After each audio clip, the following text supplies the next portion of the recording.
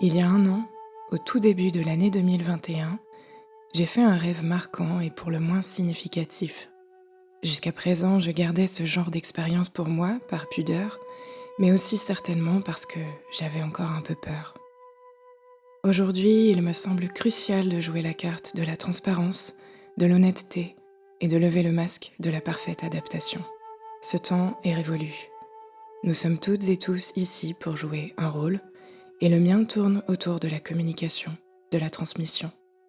Dès que j'ai su parler, en effet, j'ai répété à qui voulait bien l'entendre que, quand je serai grande, je serai chanteuse. Quelque chose en moi réclame donc d'être exprimé, vocalisé depuis toujours. En ce nouveau début d'année calendaire, alors que la première nouvelle lune de l'année vient d'avoir lieu dans le signe du Capricorne, je ressens le besoin très pressant de vous dire: oh, et pardon, je vais oser assumer le tutoiement. À celles et ceux qui le perçoivent comme de l'irrespect, je vous convie très gentiment à aller écouter quelqu'un qui continue de jouer le jeu des conventions. Il me faut donc te dire. Il me faut te dire aujourd'hui que la lumière est toujours là, même lorsque les nuages paraissent être en train de nous tomber sur la tête, en grossissant le trait d'un paysage obscurci par des montagnes de peur, érigées par les maîtres de l'ignorance, car l'homme fait le mal par ignorance de ce qu'est le bien, comme l'a écrit Platon. Et alors, je voulais te parler de ce rêve du début de l'année 2021. Il ne m'en reste aujourd'hui plus qu'une image, assez nette toutefois, et un ressenti très fort. Ce n'est qu'aujourd'hui, un an plus tard, que j'en perçois toute la portée. Et oui, il m'a bien fallu une année pour pouvoir le comprendre, l'intégrer et surtout, enfin, l'assumer. Dans ce rêve, je me trouvais assise dans une grande salle qui ressemblait étrangement beaucoup à la salle commune du château de Poudlard dans la saga Harry Potter. J'étais assise à l'une des grandes tables qui y étaient placées, attablée avec de nombreuses autres personnes. Tout le monde autour de moi mangeait, rigolait, se racontait des histoires, échangeait avec aisance et sans se poser la moindre question existentielle. Ils entretenaient leur posture sociale dans une forme d'insouciance qui me paraissait dissonante, car mon ressenti était tout autre. Je ne me sentais pas du tout à ma place, je ne comprenais pas ce qu'il se passait autour de moi, je me sentais même en trop, et pourtant j'avais essayé moi aussi de jouer le jeu de l'aisance sociale, du bavardage, de la gourmandise et des échanges légers. Mais à ce moment précis du rêve, je ne pouvais plus rester assise à cette table.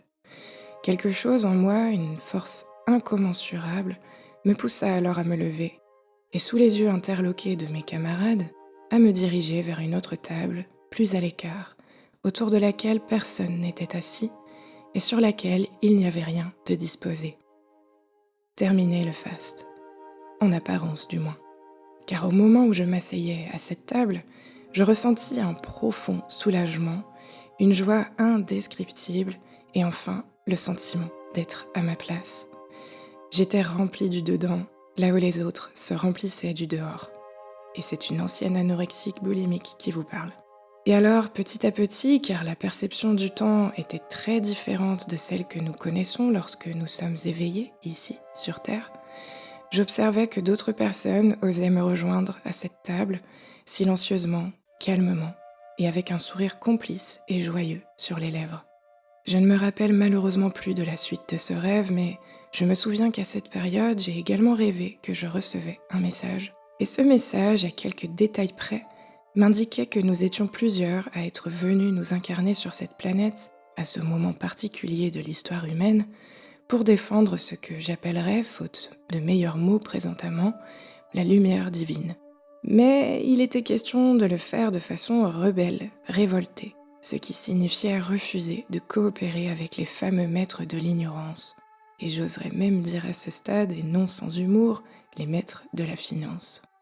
Le lendemain de ce rêve, les suggestions YouTube me proposaient le tirage d'un médium américain, Nicolas Ashbaugh, dont j'ai déjà parlé, que je découvrais ainsi avec curiosité. Il s'agissait d'un tirage pour le signe du Capricorne, qui est mon signe ascendant, et autre fait étrange, Nicolas est, tout comme moi, Balance ascendant Capricorne. Quelle ne fut pas ma surprise au moment où, en tirant les cartes, il se mit à décrire quasiment au détail près le rêve que j'avais fait la nuit précédente. Encore trop rationnelle et sceptique à l'époque, je me gardais bien de partager cela autour de moi, mais j'étais bien obligée de constater que, chemin faisant, quelque chose était en train de se passer. Et effectivement, 1 an plus tard, aujourd'hui, me voilà complètement métamorphosée, transportée. De plus en plus de personnes me contactent que je reconnais catégoriquement comme, j'ouvre les guillemets, des frères et des sœurs d'âme. Comme ces personnes qui, dans mon rêve, osaient à leur tour venir s'installer à cette table vide. Astrologiquement, Saturne, qui est donc le maître de mon ascendant et se trouve pour couronner son importance en domicile dans ma maison 1, en Capricorne donc, est tout juste en train de sortir de ma maison 1 et je me trouve complètement métamorphosée en cette fin de premier retour de Saturne. Je comprends aujourd'hui de plus en plus quel est mon rôle en tant que saturnienne uranienne, car Uranus est posté sur mon ascendant, accompagné de Neptune qui fait le relais entre lui et Saturne. Ce trio capricornien, érigé dans ma maison 1, a livré une bataille sans merci de décembre 2017 à décembre 2021 dans mon intériorité. Aujourd'hui pourtant, je me relève on ne peut plus forte, vaillante, vivante, à l'image de ma flamme intérieure que j'ai à cœur de partager autour de moi par le biais de mes communications. Nous sommes des milliers et des milliers sur la planète à nous réveiller, à retrouver nos élans intérieurs, à réveiller ces enfants indomptables qui ont soif de vie, qui ont soif de jeu et qui refusent catégoriquement et coûte que coûte la farce des dominateurs moralisateurs, ces maîtres de l'ignorance qui érigent des montagnes de peurs macabres, souffrantes, qu'ils déguisent sous des apparats trompeurs et volontairement confus. Nous nous perdons toutes et tous chaque jour dans des émotions, des pensées, des vécus qui ne nous appartiennent pas et que nous confondons avec la réalité. En ce sens, 2021 fut une année de transition, un pont vers autre chose, un pont vers la vie. Et comme c'est en parlant de soi que l'on parle des autres, je vais le dire en osant lâcher ma pudeur, la première partie de ma vie a effectivement été très saturnienne. Je me suis retrouvée dans le noir plus d'une fois, à profondément croire que la lumière n'existait plus, à donner raison aux maîtres de l'ignorance, en me rangeant derrière des barricades de scepticisme, de pessimisme et pire, de jalousie, d'envie et de haine même parfois. Je sais aujourd'hui que mon parcours était nécessaire pour faire face à la folie paroxystique qui nous entoure en ce moment et pour pouvoir servir de phare dans la tempête obscure que représente ce tournant majeur dans nos vies. Je suis fière de mon parcours et plutôt que de continuer à le porter comme un fardeau et chercher éventuellement à être reconnue comme une victime, j'ai envie d'ouvertement remercier tous mes bourreaux, tous mes agresseurs, car toutes ces personnes, avec leurs gestes, leurs comportements, leurs mots, n'ont fait que jouer leur rôle. Toutes ces personnes sont essentielles à d'autres, et même à moi. Elles font de leur mieux avec ce qu'elles ont et ce qu'elles sont. Et à ce titre, je ne leur en veux plus. Je ne ferai pas comme Jésus qui tend l'autre joue pour être frappé, mais aujourd'hui c'est le sourire aux lèvres que je m'en vais, que je quitte ce monde de souffrance, de malheur, de haine et de violence, en direction d'une vibration joyeuse, harmonieuse, heureuse. Le passé n'a plus d'impact, plus d'emprise à partir de ce mois de janvier. Ce qui a été n'est plus. Il est temps de passer à autre chose, de recommencer, de bouger les lignes, loin de la guerre des égos assoiffés de puissance, de domination et de contrôle. L'astrologue Steve Judd, au début de l'année 2021, a osé dire qu'il sentait que toutes les connaissances que nous avons emmagasinées en astrologie jusque-là sont en train de devenir obsolètes. Et c'est également mon ressenti.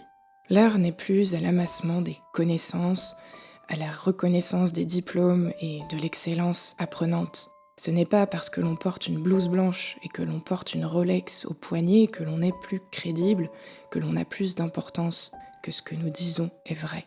L'heure est à l'authenticité des vécus, à l'évolution de la vie et au renouvellement de qui nous sommes. Les couches s'enlèvent les unes après les autres et nous retrouvons nos vulnérabilités, nos cœurs qui ont si soif de tendresse désintéressée.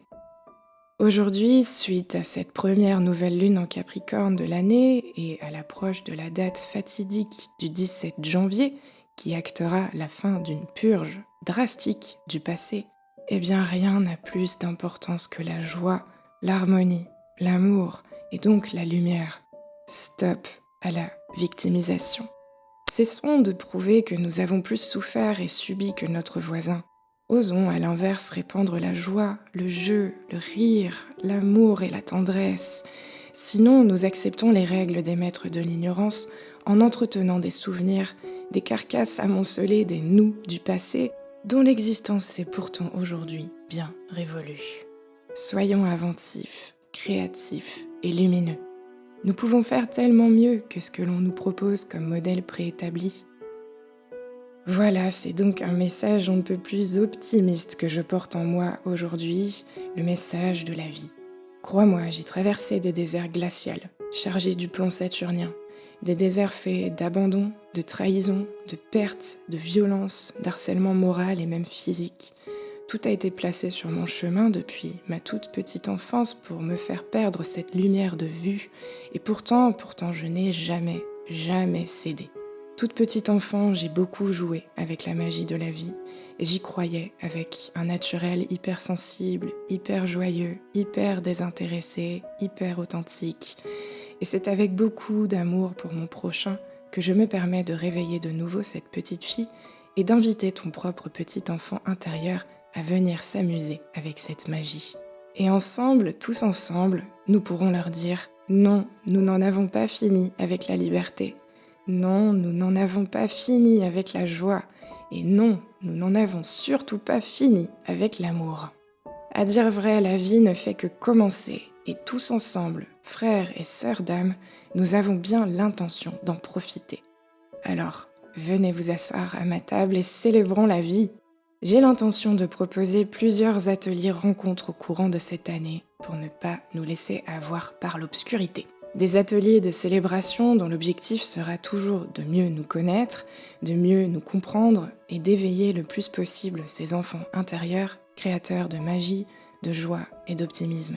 Il sera toujours question en arrière-fond de psychoastrologie car cela reste mon langage privilégié pour l'instant, mais je suis bien décidée à reprendre ma casquette d'artiste, de musicienne, de chanteuse, de danseuse, de conteuse joyeuse et de vous embarquer dans des voyages de découverte de vos propres créateurs intérieurs. Alors si tu ressens l'élan de te joindre à cette danse de la vie, n'hésite pas à te manifester en m'envoyant un mail à inspiration.astrologique@gmail.com.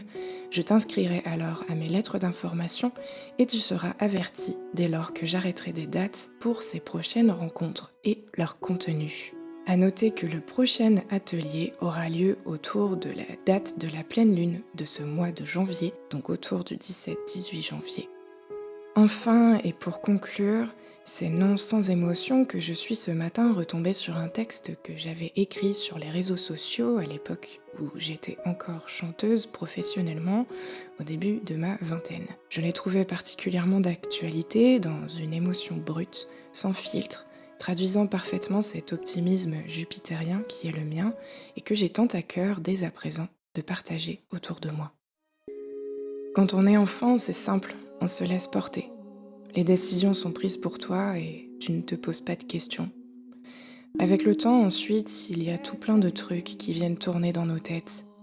Et alors, par un après-midi caniculaire, la seule réponse à ce désordre est d'ouvrir la bouche et de laisser ces trucs s'échapper. C'est comme si mon âme d'enfant était enfermée dans un corps d'adulte, comme si l'on m'avait lâchement abandonnée à m'occuper de choses dont je ne peux m'occuper autrement qu'avec la naïveté qui est la mienne. Celle d'une enfant qui pense intensément que tout le monde est bon et bien attentionné. Mais un jour vient le coup brutal, l'assaut de l'altérité qui a grandi, elle, et qui sait très bien comment blesser. Alors il ne me reste que ce truc un peu primaire, tenter d'exprimer le réel à travers le prisme de l'art pour survivre. Chercher un but à sa vie, la réussir, ne pas exprimer ce que l'on ressent sous peine de paraître faible, se faire petit et discret, sauf si ce que l'on a à dire est probant. Ce mensonge ne peut pas tenir sur le long terme. Le masque n'est pas assez solide et nos personnalités étouffent. Alors vient la solitude pour ceux qui résistent, la vraie, celle que l'on ressent jusqu'au fond des tripes chaque matin en se réveillant. Ah et puis merde, et si on avait tout faux? Et si on n'était pas censé être extrêmement occupé tout le temps? Et si notre rôle était de vraiment nous préoccuper des uns et des autres, sans intention dissimulée ni désir malsain? Et si le but de la vie n'était pas de la remplir au maximum jusqu'à ce qu'il n'en reste plus rien? Et si en fin de compte on devait juste vivre le moment présent là, tout de suite, dans une joie brute et insouciante? Pourquoi est-ce qu'on est toujours en train de courir? Et après quoi? Qu'est-ce que l'on espère au juste? Qu'est-ce qui manque réellement à nos vies pour que l'on soit toujours en train de chercher quelque chose que l'on n'a pas déjà? Malgré nos compréhensions, on continue néanmoins à faire les mêmes stupidités juste parce qu'on ressent que l'on doit les faire. Même si ces choses étaient des choix en premier lieu, ça ne veut pas dire que c'est là que l'on devrait être aujourd'hui. Où est-ce que ça va nous mener? Que reste-t-il du succès une fois qu'il est obtenu? À partir de maintenant, je veux me sentir vivante tout le temps. Je veux expérimenter la douleur, la joie, la tristesse, l'amour, la peur, la colère et toutes ces émotions fortes qui font de moi un être humain à fond. Tout le temps, tous les jours, ici, tout de suite. Et le jour où je m'en irai, peu importe si c'est demain, dans 10 ans ou dans 40 ans, je veux m'en aller sans aucun regret. Je veux accueillir chaque putain de moment et d'émotion comme ils viennent. Et ça commence maintenant, peu importe les règles, leurs règles. Si j'ai envie de pleurer, je pleurerai. Si j'ai envie de rire, je rirai. Si j'ai envie de sourire, je sourirai. Si j'ai envie de rêver, je rêverai. Si j'ai envie de dire non, je dirai non. Et si j'ai envie de dire oui, je dirai oui. On lit partout que nous n'avons qu'une vie et pourtant, on continue de la foutre en l'air en courant dans toutes les directions, sauf celle qui apaise vraiment nos cœurs. Et certaines personnes se rendent compte de tout cela juste avant de mourir. Il n'est jamais trop tard pour commencer à être vivant, les gens. Et j'ajouterais que ce moment présent, cette année 2022 et toutes celles qui suivront, est le parfait moment pour cela. Et ce, peu importe ce que les médias nous racontent. Allez, on va leur montrer qu'on est toujours là, qu'on est bien vivant. Résistons pacifiquement. Le ciel et la terre sont avec nous. Osons l'amour, osons la joie. Tout est déjà là.